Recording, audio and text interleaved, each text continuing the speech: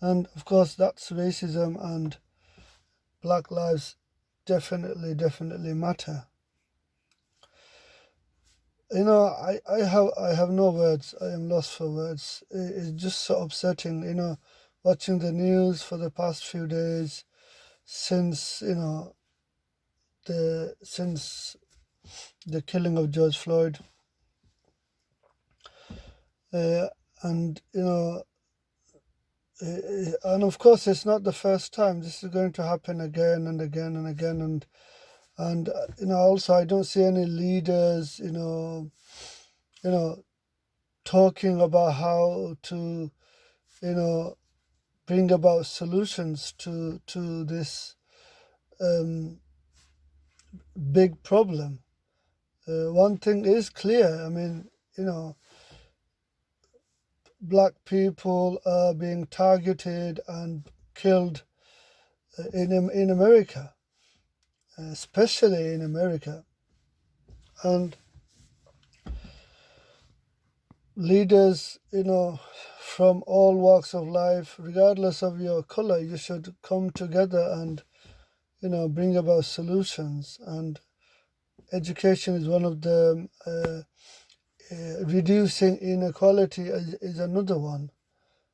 Definitely, that's another problem. And therefore, if as if the leaders, politicians can reduce inequality, invest in everyone's education for everyone, and also teach ethics and morals to everyone,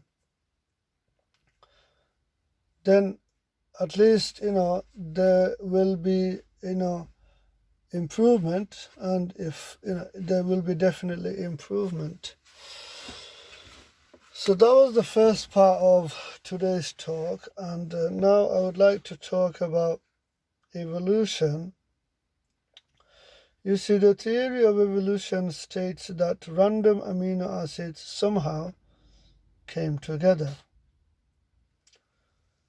thus violating the second law of thermodynamics, and became a cell.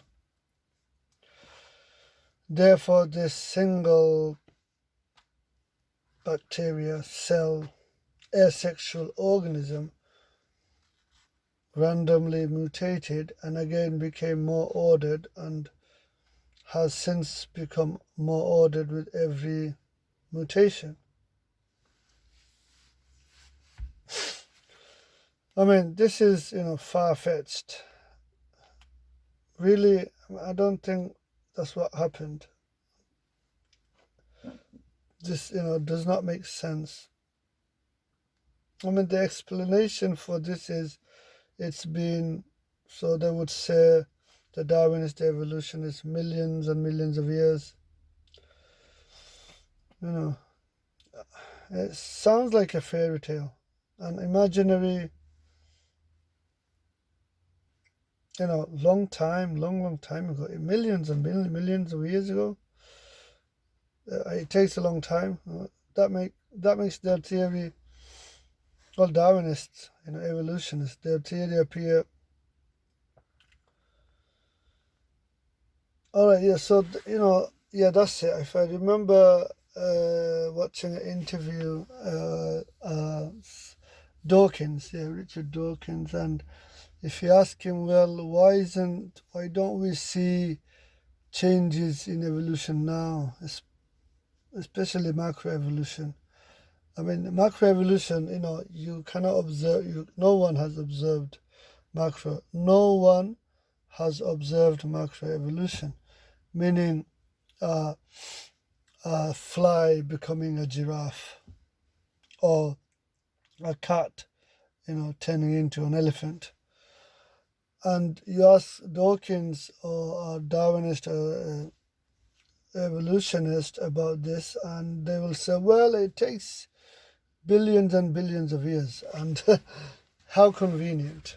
Everyone will die, and no one will ever know.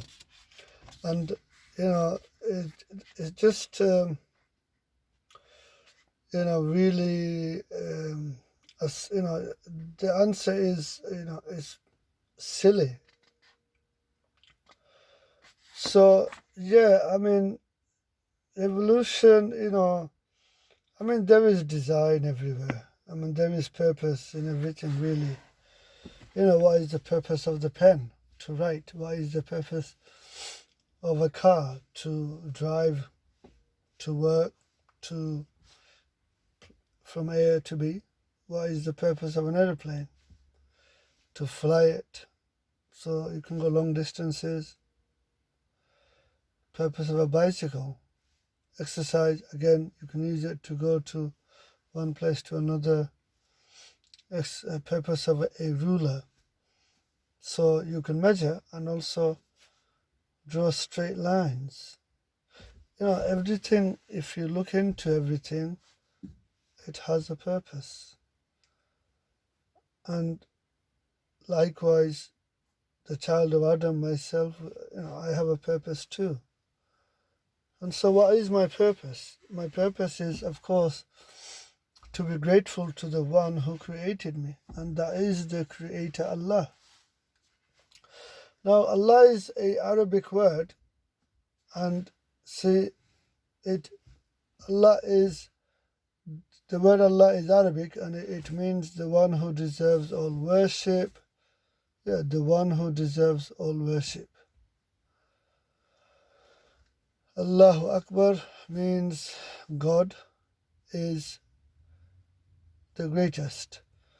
Also, there are few meanings to the word Allah. So one is the one who deserves all worship. Yeah, Allah means the one who deserves all worship. Allah, the one true God, the one true God. Yeah, and I'm not talking about God of the gaps. There's no such thing as God of the gaps. And there are no, and I'm not talking about Jesus being the God. No prophet. Prophet is a prophet. Jesus, peace be upon him, was a prophet. And so let's continue with the evolution topic. I would like to discuss irreducible complexity. Newton, one of the most distinguished popular scientists in history, once said that the physical laws he had uncovered, or actually discovered, revealed the mechanical perfection of the workings of the universe to be akin to a watch wherein the watchmaker is God. This analogy became mainstream when scientist William Paley published a book detailing in 1802. The argument states that you could compare a watch to life forms here on Earth. When you look at a watch, it has many different moving parts and components. If you were to be walking around a park and found a watch on the ground, you could clearly tell that it was built by someone. If you argue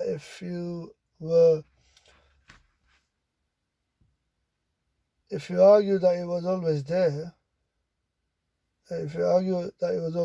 and formed naturally over millions of years, others would call you a little insane, mad.